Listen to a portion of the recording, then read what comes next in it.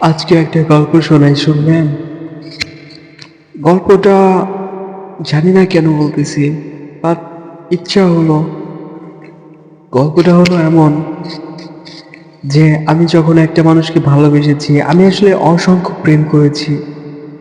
আমি যখন আমার বন্ধু বান্ধবদের মধ্যে ঘুরতাম, মিশতাম, চলতাম, সবার মধ্যে না একটা ছিল যে আমি সবাইকে মানে সবার উপরে থাকবো, আমি বেশি প্রেম করব, ওদেরকে জেলাস ফিল করাবো, এরকম সেরকম মানে এরকম চিন্তা ভাবনা ছিলাম আমি। বাট আমি বুঝতে পারিনি যে আমি নিজেই নিজের দুর্ভাগ্য টেনে আনছি।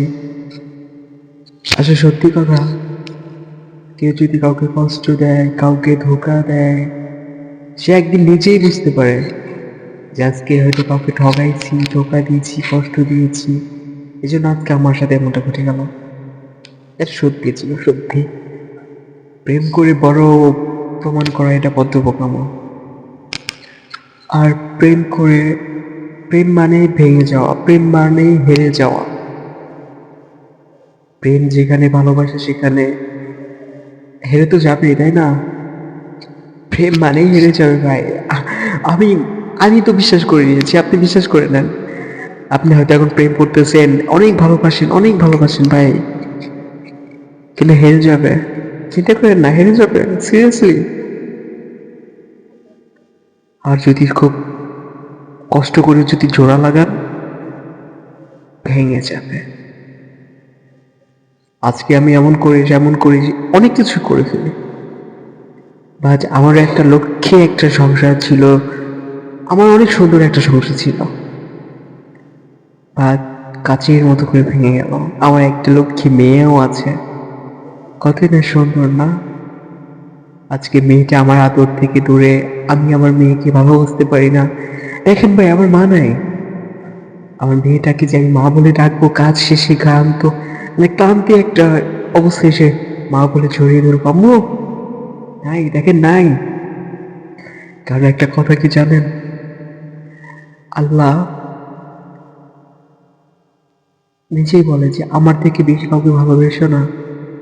আমার থেকে যখন একজনকে বেশি ভালোবাসবা, তার থেকে তোমাকে দূরে সরিয়ে দিব। আমি আমার ভালোবাসাকে, যে আমার প্রথম ছিল, আমার বাবুর আম্মু,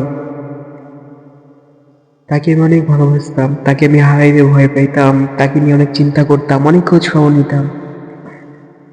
বাট আমি যতটুকু জানি, আজকে আমার সংসারটা ভেঙে গেছে আমার শাশুড়ির কারণে। আমার ওয়াইফকে না দোষ কিচ্ছু দেই না, সে অনেক ভুল করেছে, অনেক করেছে, আমি শাসন করতে পারি না, পারি। বাট সেটা যদি সে মানে একটু না বুঝে, যদি মানে তাকে আরো আশ্রয় দেয় বা উস্কানোমূলক কিছু করে, তাহলে তো নষ্ট হবে না? কিয়ামতের ময়দানে যদি আমাকে বলা হয়, আমাকে যদি এর জন্য জবাবদিহি করতে হয়, আমি আমার শাশুড়িকে দেখিয়ে দিব।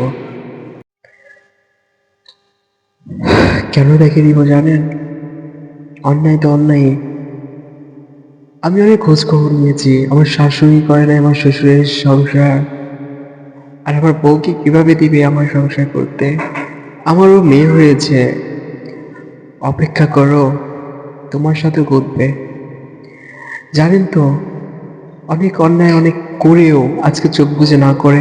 শুধু কি তাই, আজকে সময় খারাপ যদি হয়, আমি যেটা করিনি সেটাও বলে, আর যেটা করেছি সেটাও বলে। কেন রে ভাই? আমাকে জাস্ট না ডিরেক্ট নিয়ে করে দে, এত নাটক করার কি আছে? সমস্যা নাই। আমি যখন দ্বিতীয় বিয়ে করি, আমি ওর সাথে রাগ করেই করি। আমি তো ভেবেছি যে ও তো আসবেই না, তাহলে আরেকটা করি, আমার তো কেউ নেই, দিন শেষে হয়তো একটু ভালো থাকবো। আর সুখ তো এ কপালে নেই, কিভাবে কেমনে কে হবে না? আমি চাইলেও হবে না। কেন হবে? আমার কপালে নেই তো। যাক, এখন একা আছি, ভালো আছি, কারো বান্দা তো নয়। যদিও বা খারাপ লাগে, আল্লাহ আমার সাথে আছে।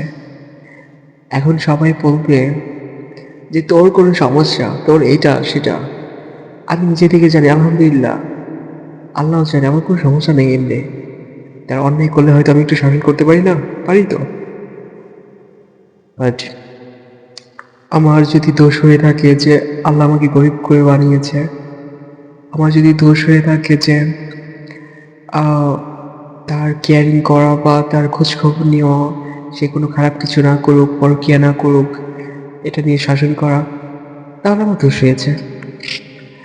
আর যদি মনে হয় যে এমনটা যে আমার যদি অন্যায়, আমি গরিব হয়ে গেছি, এটা আমার অন্যায়, আমার টাকা পয়সা যদি থাকতো আজকে হয়তো এমনটা হতো না, হতো না, এমনটা হতো না।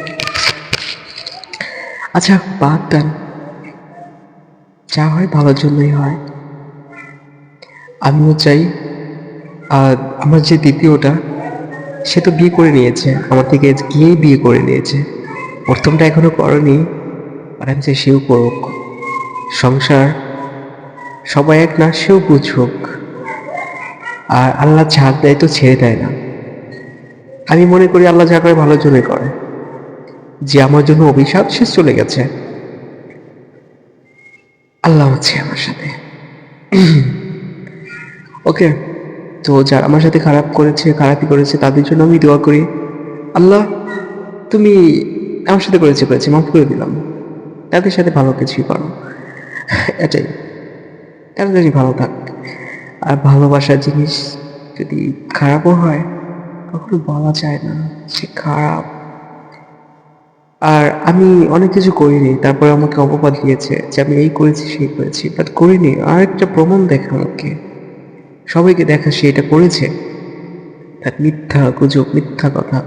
আমি যদি ওই রুহির একটা ভালো পিকও ছেড়েছি, যে হ্যাঁ আমি আবেগে ছেড়েছি, এটা আমার উচিত হয়নি, তাই মাথায় একেবারে করে নিয়েছে যে এই করছি সেই করছি, তার পিক ছেড়েছে। আরে বাবা, আমি তো খারাপ কিছু করিনি, একটা পিক ছেড়েছে, হ্যাঁ আমাকে ভালো করে বললেই হতো যে এখন তো তোমার সাথে এটা নাই, তুমি এটা ছেড়ো না। বরঞ্চ গালাগালি, কি রকম একটা অবস্থা।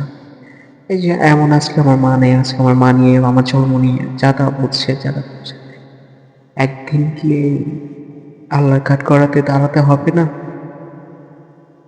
মা তোমারও চিরদিন থাকবে না, দেখে নিও, ভালো দেখো। আরেকটা কথা, সম্ভব হলে দিনের ভিতরে থাকার ট্রাই করো।